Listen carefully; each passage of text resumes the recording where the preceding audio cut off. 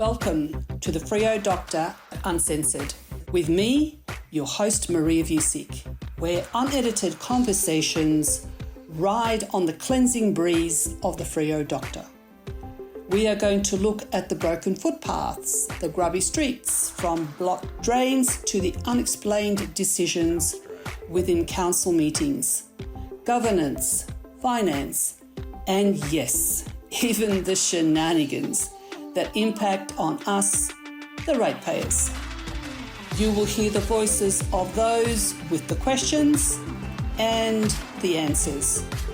Let's get started.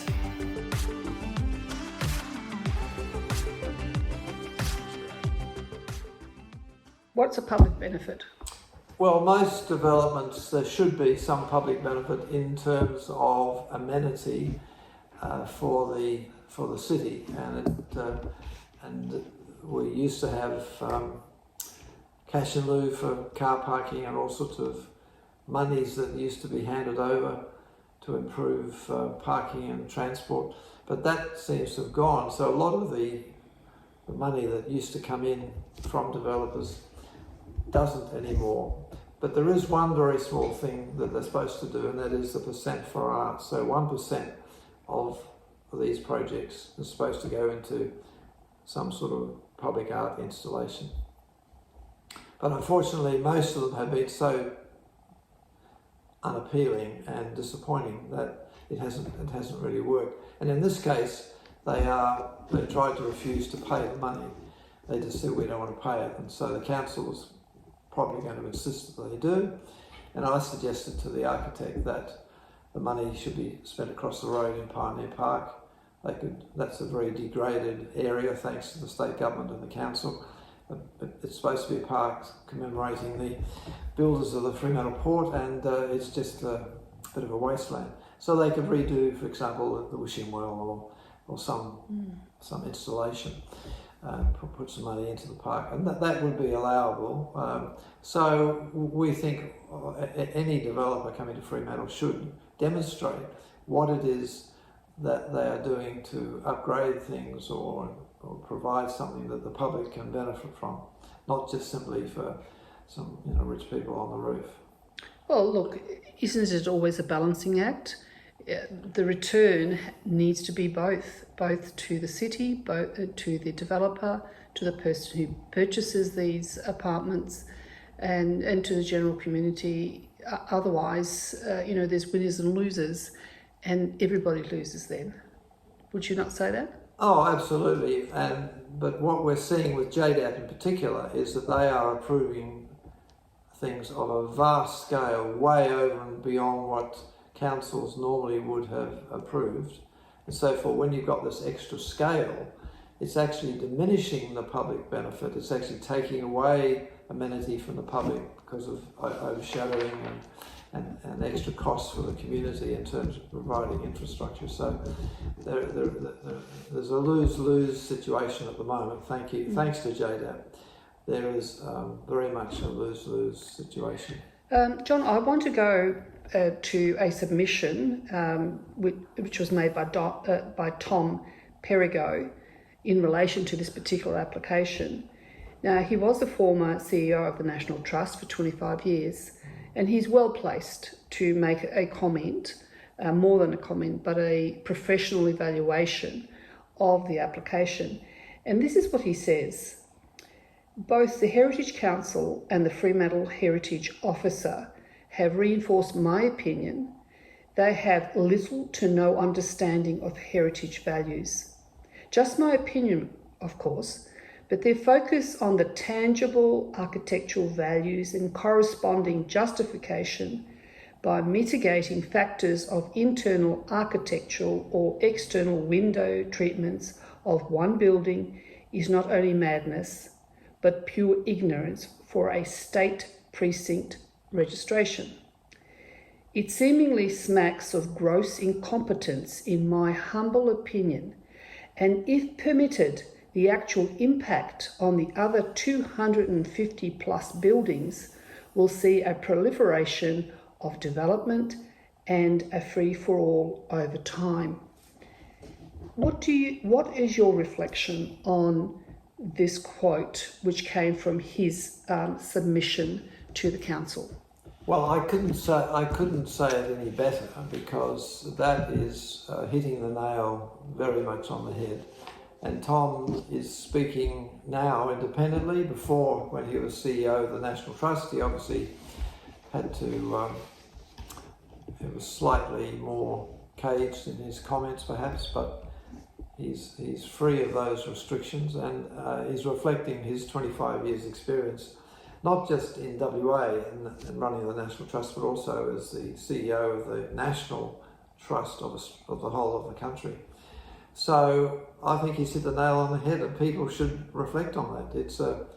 It's quite shocking that the very people you pay to do the job don't seem to be doing it. And you can't just look at one project in isolation and say, isn't it wonderful that there's going to be money spent on this property in a precinct. The whole idea of precinct listing is that you take the whole into account, and that is unfortunately not being done. Taking into account, you have to actually you have to look at the individual building, certainly, and all its intricacies, but you have to see how it fits into the bigger picture, and that just isn't being done. The precinct is so valuable as an entity, and it's being chipped away at time after time.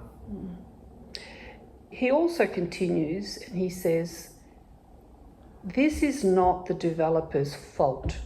They will get away with whatever they are allowed to. It is the regulators and their failure to protect a precinct that is on the State Heritage Register." He asks the question, can JDAP please explain how do they consider heritage values in their determination? That is a key question on the heritage values of the site, and the area appear to have been poorly addressed in the reports before JDAP.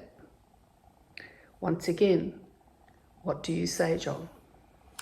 Well, and once again, I concur 100%, and I don't need to add anything to what Tom is saying. I think people should reflect on that. That's coming from somebody with 25 years experience at the top level. And if people don't stop and reflect on those sort of comments, then we're in deep, deep trouble, because it's not just the Fremantle Society saying these things, it's other people. And we get visitors from the eastern states, experts, who come over here and they look at Fremantle and they say, Fremantle's finished. It's like people have given up. Well, the people who have given up are the people who should be doing their job, like the people you've already named. And there should be an excitement about heritage. It's your vehicle to future success and enjoyment, and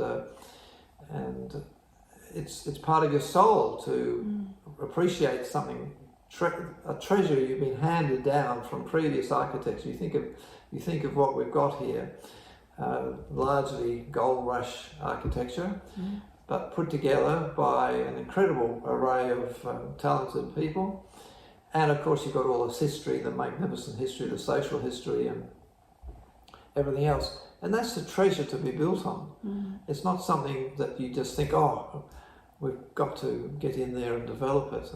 And it's how you develop it. And so the sympathy, it comes down to this question of context. There's a key word called context. Whatever you put into a place, you have to assess its effect on the context of the area.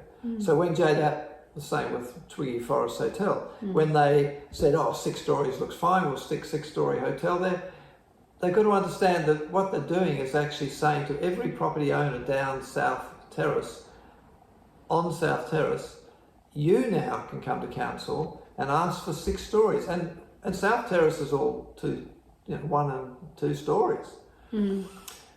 So the context of which things are done in a heritage town is very important. It is very important. Do you know, you also need to consider these apartments are going to be quite expensive, I should imagine.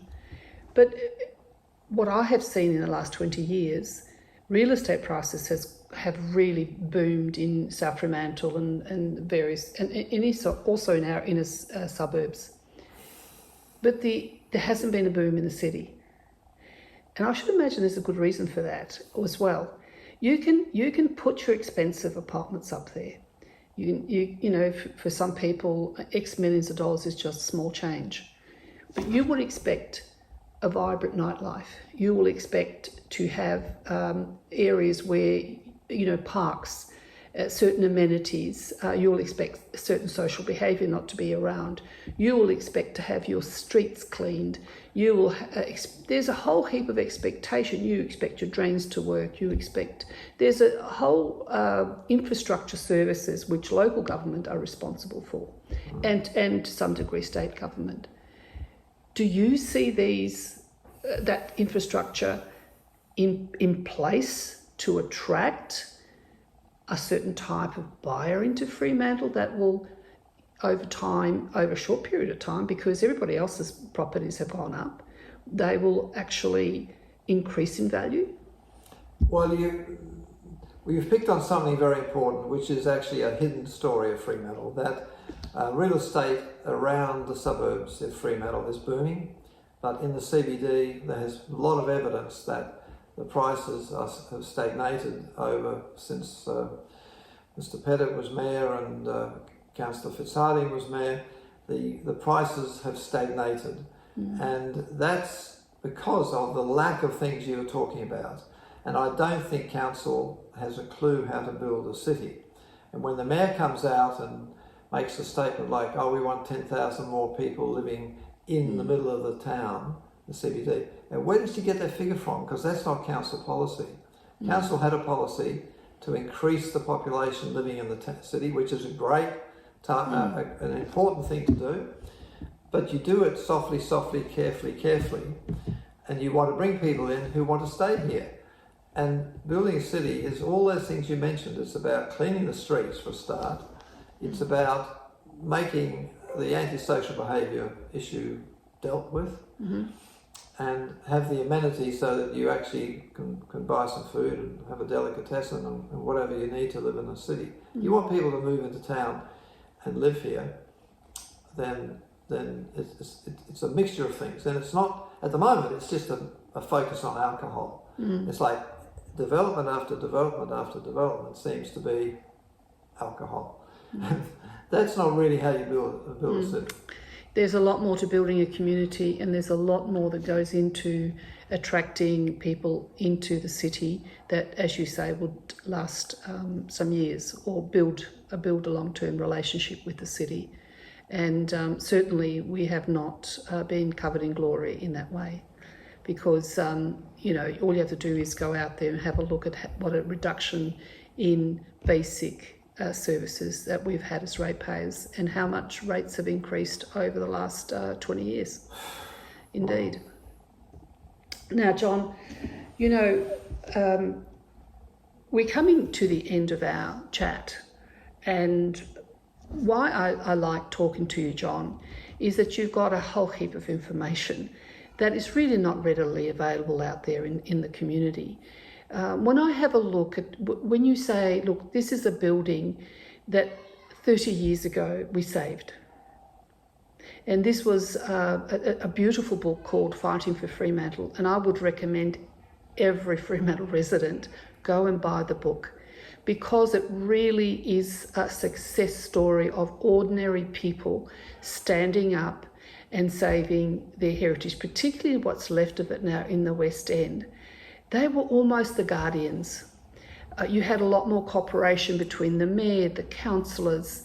You had various other, you know, the Historical Society and other societies who've come in. There was real community consultation in the sense that you had such success. I really cannot see this happening now with this mayor and council, or even the previous mayor and council, where people have objected. They have put in submissions, and yet they just go on and do what they want to do. This is another example. In this particular example, why do we have a local government at all? I mean, it's really the state government that's in there. What are your thoughts on that? Well, the danger with what's just been approved is the precedent issue. So I just think we should register that by precedent there will be many more of these problematic applications. And can I just show you the front page of the Herald from a week after Council approved 49 Phillimore Street. There was a front page story almost next door. The owner of the Fremantle Post Office is salivating at the thought of what he can do on his property now that he's seen what's going to be approved on 49 Phillimore Street. So he's asking for 6 stories, or thinking about 6 stories on top of the post office, besides an illuminated sign. So the issue of precedent is certainly a very serious one. It's almost like a scramble. We had a gold rush at the late 19th century, early 20th century. It's almost a scramble. Who's going to build the tallest building? Because there is a council that's just going to rubber stamp things right through. Well, that's why it's so important to have independent people and independent commentary, independent advocacy, and to have you doing blogs, and to have more newspapers if need be, more radio. I mean, we've just got to talk about these issues, and you referred to our book on fighting for Fremantle, which we've got for sale if anybody wants to buy one, and we'd love to sell it. But we also have just got a grant from Fremantle Ports to print an update. So we work very closely with Fremantle Ports, the great custodians of what they have in general, and are very good managers of their assets, and obviously they contribute a lot to the bottom line of the state government. But they have given us a grant to publish an update, so we will be publishing a very nice booklet, and we'll have that in the bookshops soon, and we hope that people will support us by buying that and reading that. I wanted to address another couple of questions, and we don't need to talk a whole heap about them, but I do hold the City of Fremantle to account. Too many times we talk in in generalisations. Mayor Fitzharding has the top job in our city. In my view, has she shown leadership in this matter? Because I've seen very little leadership in the bridge issue that we've had with the development that's been happening or been requested by developers. I just see, the police station. We just don't seem to have that confidence that our top person, the person who's the leader in our city, is going to advocate for their community. What I saw in fighting for Fremantle 50 years ago, you had mayors who took up that fight, not because they personally believed in it 100%, but because they represented their community and they understood that relationship. It had to work. I just don't see that she cares too much about her constituents. I think she cares a lot about state government and making sure, that their policies get enacted. Can you imagine who's the mayor of Perth? Well, Basil. Oh, thank you. Can you imagine Basil Zemplis rolling over? I don't. What are your thoughts? Well, you've hit on an important topic, because the mayor should, I think, be representing the will and what the people want and the community. And for example, just cancelling Australia Day, cancelling the citizenship ceremony, it didn't even go to council. I mean, it was just done. Now she's operating more and more as a lone ranger, and it almost seems like she's doing what the state government wants. So, as you said, with the bridge issue or the police complex issue, or with some of these other... the yes vote? The yes vote. It seems like what the community wants is not genuinely being represented. She's not on the phone to the minister saying the community wants this, or they don't want that, or they whatever. So once again, advocacy of the right sort is very important, and I hope she sort of reshapes her focus so that it's not just a focus on doing what the state government wants. And she's been trying to change Fremantle Council's position on the future of the port. Now, her council went against her at the last council meeting, and I think in council's own document it says that the Fremantle Port is, and it's on page 1 of council's own document, Fremantle Port is the beating heart of Fremantle. And I think a lot of us still agree that there's a long life ahead for our port.